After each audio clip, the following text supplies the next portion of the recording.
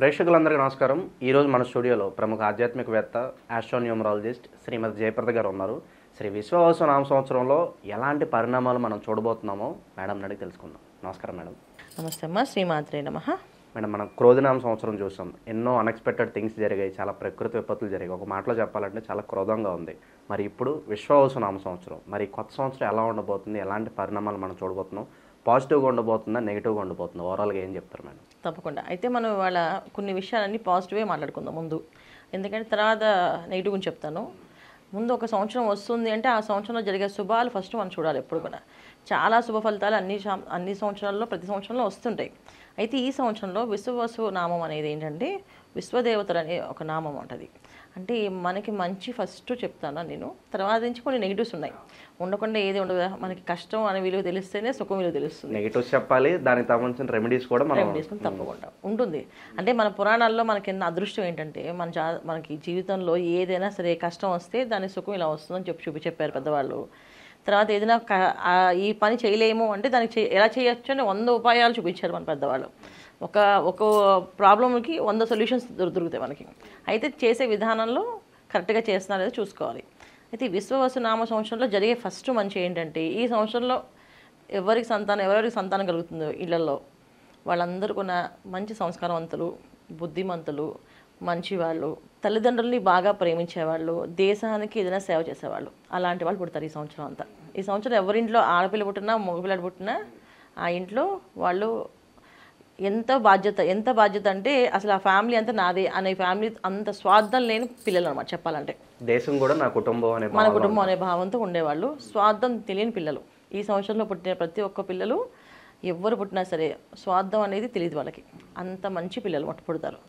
So వాళ్ళు పుట్టడమే కాకుండా తల్లిదండ్రులకి పుట్టడంతో పేరు ప్రఖ్యాతులు తీసుకొస్తూ ఉంటారు. డే బై డే గ్రోత్ని కొద్దీ వీళ్ళకి మంచి విషయాలు తెలుస్తుంటాయి. అంటే మా అబ్బాయిలో ఈ గుణం ఉందని అని తెలుసుకోవడం కాదు విషయం. వాళ్ళు పెరుగుతూ ఉంటే వీళ్ళకి ఉండే ఆస్తులు కానీ, వీళ్ళకి ఉండే పదవులు కానీ, వీళ్ళకి ఉండే ఉద్యోగాల్లో కానీ, దాని ప్రమోషన్లు రావడం కానీ, ఆస్తి పెరగడం కానీ ఇలా పెరుగుతుంటాయి. వాళ్ళేదో టాలెంటెడ్గా ఉంటారని కాదు. సో వాళ్ళు పుట్టడం అదృష్టం, వేళ విశేషం వీళ్ళకి అనుకూలంగా ఉంటుంది. ఒకటి. రెండోది ఏంటంటే వాళ్ళు పెద్ద అయిన తర్వాత ఈ సంవత్సరంలో పుట్టిన పిల్లలు అందరూ కూడా పెద్ద అయిన తర్వాత ఎలా ఉంటారంటే ఇంత మంచి పిల్లాడు ఇంకెవరికి పుట్టడేమో, ఇంత మంచి కూతురు ఇంకెవరికి ఉండదేమో అనుకుంటారు తల్లిదండ్రులు. పుత్రోత్సాహం చాలా ఎక్కువగా ఈ సంవత్సరంలో ఉన్న పిల్లలందరికీ ఉంటుంది. అది ఫస్ట్ మనం గెలిచిన సక్సెస్ ఏంటంటే విశ్వవసు నామ సంవత్సరంలో ఎవరెవరు పిల్లలు పుడతారో వాళ్ళందరితో చాలా హ్యాపీయెస్ట్ ఎంజాయ్ చేస్తారు. ఇవాళ రోజున పిల్లలు తల్లిదండ్రులని ప్రేమిస్తా అని చెప్తారు కానీ గట్టిగా మాట్లాడతారు. అమ్మని గట్టిగా అరుస్తారు, నాన్నని గట్టిగా అరుస్తారు. అసలు ప్రేమ ఉండడం వేరు, అరవడం వేరు. ప్రేమ ఉంటే అరుస్తే ప్రేమ ఉన్నట్టు కాదు లెక్క. ప్రేమ ఉంటే నెమ్మగా చెప్పాలి. కానీ చాలామంది ఏంటంటే నాకు ప్రేమ ఉంది కనుక నేను అలా మాట్లాడతాం, మా అమ్మని నా ఇష్టం, మా నాన్న అలా మాట్లాడితే నా ఇష్టం. అయితే ఇక్కడ ఏం చేస్తారు వీళ్ళు, అదొక పాపం కింద మూట కడుతుందని తెలియట్లేదు. మనం ప్రతిదీ పాపపుణ్యాలు ఎప్పుడు కూడా లెక్క వేస్తుంటారు. ఎంత పాపం చేస్తామో ఆ పాపానికి అనుభవించాలి, ఎంత పుణ్యం చేస్తామో ఆ పుణ్యాన్ని అనుభవించాలి. రెండు సమానంగా వేస్తారు భగవంతుడు. అయితే ఏంటంటే ఈ సంవత్సరంలో పుట్టిన పిల్లలు తల్లిదండ్రులు ఒక్క మాట అనరు, వాళ్ళకి ఎదురు చెప్పరు. సీతారాములు మనం ఎంత ఆదర్శంగా తీసుకుంటామో అలాగే రామచంద్రుడిని ఎంత మర్యాద పురుషోత్తమ అని అనుకుంటామో అలాగా మగపిల్లలైనా ఆడపిల్లైనా అంత వినయ విధేతలతో ఉంటారు. అప్పుడు జనరేషన్లో మనం చూసాం మేడం, తల్లిదండ్రుల ఆశీర్వాదం తీసుకుందే బయటికి వెళ్ళేవాళ్ళు కాదు. ఇవాళ రోజున తీసుకుంటున్నారు, ప్రేమిస్తున్నారు కానీ గట్టిగా మాట్లాడుతున్నారు.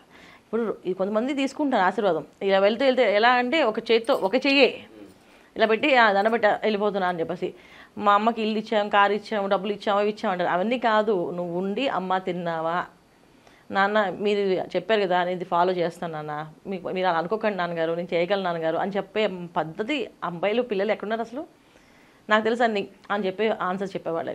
ఈ సంవత్సరం పుట్టే పిల్లలు అలా ఉండరు, చాలా బ్రహ్మాండంగా ఉంటారు.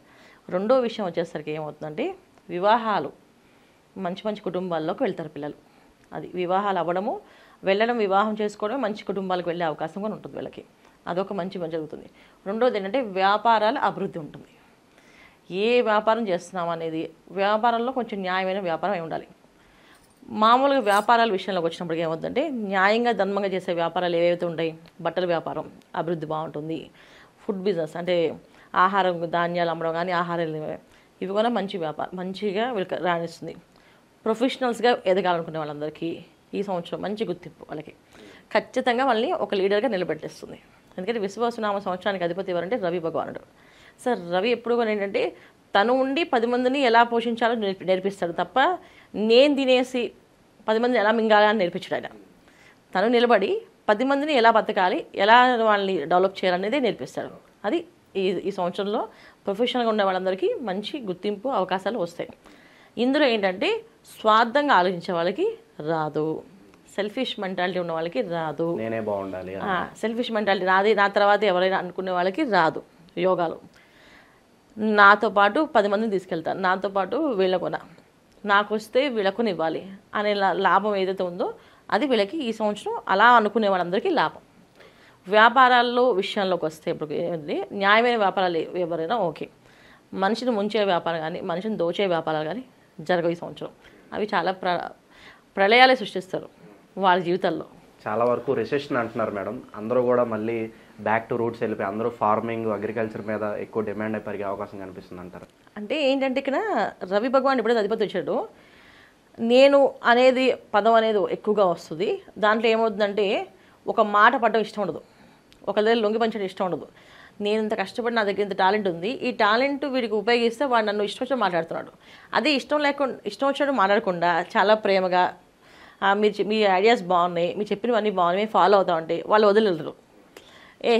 నేను చెప్పింది చెయ్యి అని ఎవరైనా రివర్స్ మాట్లాడినా, నువ్వు చెప్పేది ఏంటి, నేను ఎందుకు వినాలి అని అన్నా వీళ్ళకి ఏమనిపిస్తుంది అంటే ఎందుకు వీళ్ళ దగ్గర పని చేయాలి, సో ఈ తెలివితేటలు నేను పెట్టుకుని నేను చేసుకోలేనా అనే ఆలోచనలు కలుగుతాయి ఈ సంవత్సరం ప్రతి ఒక్కరికి. అంటే ఎంత టాలెంటెడ్ పర్సన్స్ ఉన్నారో వాళ్ళందరికీ ఉన్న చాలా చాలా ఉపయోగాలు ఈ సంవత్సరం. టాలెంట్ లేని వాళ్ళకి ఏ సంవత్సరమైనా అంతే, ఇంకా కష్టపడవలసింది వాళ్ళు. ఎందుకంటే పాపం వాళ్ళ దగ్గర టాలెంట్ గుర్తింపు లేదు, వాళ్ళకి కష్టజీవులు వాళ్ళు. కష్టజీవులకి కష్టం ఎప్పుడు తప్పదు, కానీ టాలెంట్ ఉండి కొన్ని కష్టపడుతూ అదృష్టం కలిసి రావటం అనుకునే వాళ్ళకి మాత్రం ఈ సంవత్సరం అదృష్టం బ్రహ్మాండం కలిసి వస్తుంది, వాళ్ళు చేసుకోవచ్చు శుభ్రంగా. సో ఏ ప్రొఫెషన్ అయినా ఏ రంగంలో అయినా వీళ్ళకి అభివృద్ధి అనేది బ్రహ్మాండంగా ఉంది. ముఖ్యంగా ఏంటంటే ఉద్యోగాలు, ప్రమోషన్లు వాటి మీద ఆశపడరు. ఇంకా ఏంటంటే మా టాలెంట్ ఉంటే మాకు వస్తుంది, లేకపోతే నేను సొంతంగా చేసుకోవచ్చు అని చెప్పి సొంత వ్యాపారాలు చేయడానికి ఎక్కువగా అవకాశం ఈ సంవత్సరం ఉంది. ఈ సంవత్సరం అందరూ ఏంటంటే సొంత వ్యాపారాలు చేయాలి అనే కోరిక పెరుగుతుంది. ఎందుకంటే నాకు బాగుంటున్నప్పుడు నేనే 10 మంది పెడతాను, వీడు నాకు ఇవ్వడు, ఇంకొకరు బతకనీయడు, ఎందుకు వీళ్ళు పని చేయాలి అనే ఆలోచన వీళ్ళు కలుగుతుంది. సో అంటే ఏంటంటే ధైర్యం అనేది మనుషుల్లో కొంచెం పెరుగుతుంది. అర్థం ధైర్యంగా నేను చేయగలను అనే నమ్మకం పెరుగుతుంది వాళ్ళకి.